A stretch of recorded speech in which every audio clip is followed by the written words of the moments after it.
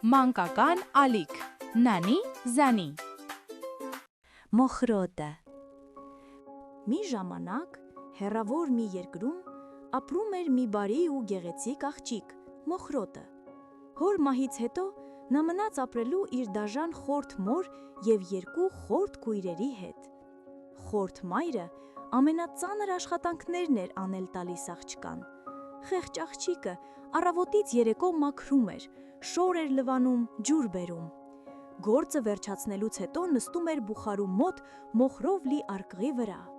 Դրա համար էլ խորթ մայրն ու քույրերը նրան Մոխրոտիկ էին անվանում։ Մի անգամ արքայազնը պարահանդես կազմակերպեց։ Մոխրոտիկի քույրերն էլ հրավեր ստացան։ Խորթ մայրը և քույրիկները երկար պատրաստվեցին ու գնացին, իսկ Մոխրոտին թողեցին տանը։ Աղջիկը երկար նայեց նրանց հետևից և տխուր լաց եղավ։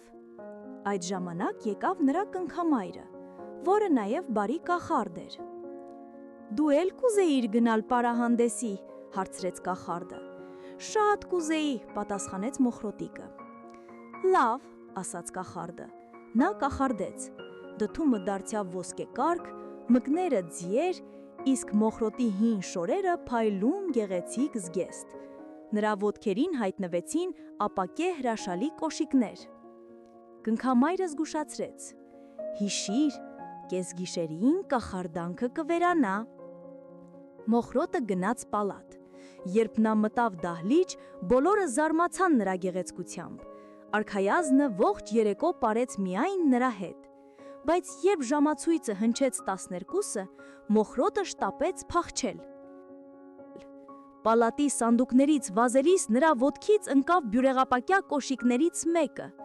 Հաջորդ օրը արքայազնը սկսեց փնտրել այդ խորհրդավոր աղջկան։ Նա ամենուր փորձեց կոշիկը տարբեր աղջիկների մոտ, բայց ոչ ոքի չէր համապատասխանում։ Երբ այն հագավ Մոխրոտը, կոշիկը հենց նրա ոտքին ճիշտ նստեց։ Արքայազնը շատ ուրախացավ։ Նրան տարավ պալատ և շուտով նրանք ամուսնացան։ Մոխրոտն այլևս չտխրեց ու երկար ու երջանիկ ապրեց իր արքայազնի հետ։